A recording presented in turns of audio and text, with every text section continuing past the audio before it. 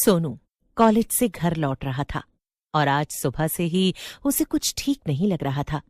ये देखकर उसकी दोस्त मीरा उससे कहती है, ये क्या सोनू, आज सुबह से तुम इतना परेशान क्यों लग रहे हो? कोई भूत देख लिया क्या? क्या तुम भी मीरा? ये भूत वूत कुछ नहीं होता, बस कुछ तबीयत ठीक नहीं लग रही है। शायद तुम्हें रात में ठीक से नींद नहीं आई सोनू, इसीलिए तुम्हें ऐसा लग रहा है। एक काम करना, घर जाकर आराम से 2-3 घंटों के लिए सो जाना, फिर शाम को मैं नोट्स लेकर तुमसे मिलने आऊंगी। मीरा आधे रास्ते से अपने घर के लिए मुड़ जाती है और सोनू अपने घर आ जाता है। दरवाजा खुलने की आवाज सुनकर उसकी माँ सुमन किचन से उसे आवाज लगाती है, बेटा घर आ गया, हाथ मुंह धोकर खाना खा ले। नहीं माँ, आज कुछ ठीक नहीं लग रहा, थोड़ी देर सोने के बाद खा लूंगा। क्या? अच्छा ठीक है बेटा। और माँ, पापा घर लौट आए क्या? नहीं नहीं बेटा, तेरी दादी की तबीयत अभी सुधरी नहीं है, शायद पापा को लौटने में थोड़ा वक्त लगे, 1 आध दिन और। सोनू अपने कमरे में जाता है और सारी लाइट्स बंद करके अपने बेड पर लेट जाता है। थकान की वजह से लेटते ही उसे नींद आ जाती है, लेकिन थोड़ी ही देर में कुछ अजीब होता है। नींद में ही सोनू को ऐसा महसूस होता है जैसे कोई उसके सिर को सहला रहा हो। सोनू के पसीने छूटने लगते हैं। वो हिलने की कोशिश करता है मगर बिल्कुल भी हिल नहीं पाता। तभी सोनू को अपने पीछे से एक आवाज सुनाई देती है। कोई सोनू का सर सहलाते हुए धीमी आवाज में उसके कान के पास आकर कहता है, सोनू उठ जा बेटा। सोनू डरते हुए पलट कर देखता है और चौंक जाता है। उसके सिरहाने पर उसकी दादी बैठी हुई थी और वो बहुत ही बीमार नजर आ रही थीं। दादी, आप यहाँ? क्या क्या पापा के साथ यहाँ आई? लेकिन सोनू की दादी कुछ भी नहीं कहती और एकटक उसे देखती रहती हैं। देखते ही देखते उनकी आंखें एकदम सफेद हो जाती हैं। ये नजारा देखकर तो सोनू के होश ही उड़ जाते हैं। उसकी सांसें तेज होने लगती हैं। तभी अचानक से उसे किसी के चीखने की आवाज सुनाई देती है, लेकिन ये आवाज उसकी दादी की नहीं थी, बल्कि सोनू सोनू सोनू उठ जा बेटा, सोनू। अचानक से सोनू की आंख खुलती है।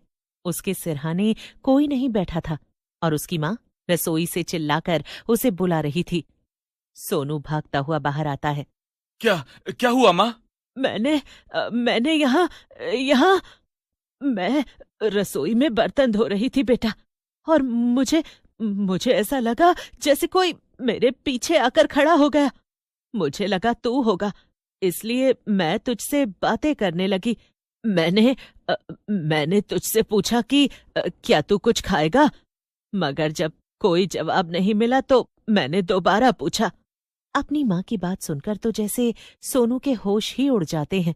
मगर मैं तो अंदर सो रहा था माँ, तो ऐसा कैसे? हाँ, तभी मुझे आहट हुई कि जो कोई भी था वो तेरे पापा के कमरे की तरफ जाने लगा, और मैंने आवाज देकर पूछा कि सोनू, तुम कहाँ जा रहे हो? मुझे लगा शायद तुम कुछ देखने जा रहे हो, इसीलिए मैं अपने काम में लग गई।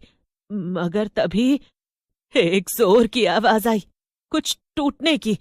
मैं भागते हुए अंदर गई तो मैंने देखा वहां कोई भी नहीं था, लेकिन तेरे पापा और दादी का फोटो फ्रेम नीचे गिरकर टूट गया था।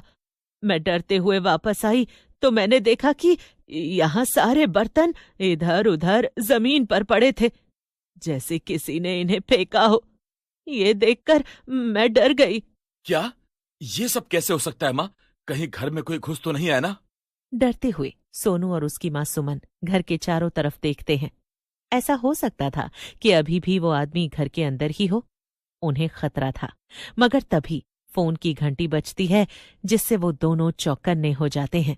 सोनू फोन की तरफ बढ़ता है तो देखता है कि ये उसके पिता की कॉल थी। माँ, पापा का फोन आ रहा है। ला, मैं बात करती हूँ। सोनू अपनी माँ को फोन पकड़ा देता है। हेलो, क्या? हे भगवान, ठीक है, हम जल्दी आते हैं। सुमन के फोन रखते ही सोनू डरते हुए उनसे पूछता है, क्या हुआ माँ, सब ठीक तो है ना? तेरी दादी को दूसरी बार हार्ट अटैक आया है और वो वेंटिलेटर में है। डॉक्टर का कहना है कि वो किसी भी वक्त ये दुनिया छोड़कर जा सकती हैं। इसीलिए पापा ने हमें गांव आने को कहा। सोनू ये सुनकर घबरा जाता है। उसे अपने सपने के बारे में याद आता है, जिसके बीच में ही वो नींद से जगा था। सब कुछ याद करके उसके सिर में तेज दर्द शुरू हो जाता है, मगर खुद को संभालते हुए वो अपनी माँ से कहता है, मैं अभी गाड़ी निकालता हूँ माँ, और आप सब सामान रख लीजिए। शायद हमें गांव में ज्यादा दिन रुकना पड़ेगा दादी के 13वीं और अंतिम संस्कार के लिए। हाँ हाँ, तू सही कह रहा है बेटा, मैं सारी तैयारी कर लेती हूँ। थोड़ी ही देर में सारा सामान रखकर सुमन और सोनू गांव जाने के लिए निकल जाते हैं। सोनू कार चला रहा था और सुमन उसके बगल में बैठी हुई कुछ सोच रही थी। बेटा, मैं याद कर रही हूं कि तेरी दादी को तुझसे कितना लगाव था। जब तू छोटा था ना, तो हर वक्त तुझे अपनी गोद में बिठाकर रखती थी, और जब तू बाहर खेलने जाता था तब भी हमेशा तेरे साथ जाती थी। क्या सचमुच माँ? लेकिन अगर दादी को मुझसे इतना ही लगाव था तो दादाजी के मरने के बाद वो हमारे साथ शहर में रहने क्यों नहीं आई? करीब 2 घंटे के सफर के बाद दोनों अस्पताल पहुंचते हैं, और जैसे ही सोनू अपनी दादी के कमरे में जाता है, डेथ का टाइम शाम के 7:15। लेकिन सोनू की आंखें अपनी दादी की आंखों की तरफ से हट ही नहीं रही थीं। पास खड़े डॉक्टर तो कह रहे थे कि उसकी दादी मर चुकी है, मगर फिर भी अपनी सफेद आंखों से वो उसकी तरफ ही देख रही थी। आई एम सॉरी, हम उन्हें बचा नहीं सके। नहीं नहीं नहीं, वो अभी भी मुझे घूर रही है माँ। उनकी आंखें कितनी सफेद हैं, कितनी डरावनी। सुमन सोनू को लेकर बाहर जाती है और महेश अंतिम संस्कार की तैयारियां करवाने लगता है। गांव के सभी लोग और रिश्तेदार उस समय वहां मौजूद थे जब सोनू की दादी का शरीर दहन किया जा रहा था। सोनू उन आग की लपटों को देख रहा था, मगर फिर भी उसे कुछ बेचैनी थी, जैसे अभी सब कुछ खत्म नहीं हुआ। तभी पीछे से उसकी बुआ सुमन से कहती है, तुम लोग जानते थे माँ को सोनू से कितना लगाव था, फिर भी तुम उसे यहां वक्त पर लेकर नहीं आए। अरे अंतिम समय में भी उनकी जान उसी में अटकी थी। इसीलिए तो जैसे ही सोनू उनसे मिलने आया, उसी वक्त उन्होंने अपने प्राण त्याग दिए। दीदी, आप तो सच जानती हैं ना, हम सोनू को यहां नहीं ला सकते थे। सोनू पीछे मुड़कर देखता है, मगर तभी बुआ और उसकी माँ बात करना बंद कर देते हैं। अंतिम संस्कार के बाद पंडित जी वहां आकर सबसे कहते हैं, देखिए, माना जाता है कि मौत के बाद 13 दिन तक मृत की आत्मा अपने घर में रहती है। 13वीं के बाद ही वो ये दुनिया छोड़ कर जाती है। इसीलिए बेहतर होगा आप सब यहाँ उनके साथ उसी घर में रहें, ताकि उन्हें अकेला ना महसूस हो, और सारी पूजाओं को विधि विधान से कराएं। अंतिम संस्कार के बाद सभी लोग घर लौट आते हैं। सोनू अपनी दादी के घर पूरे 15 साल बाद लौटा था।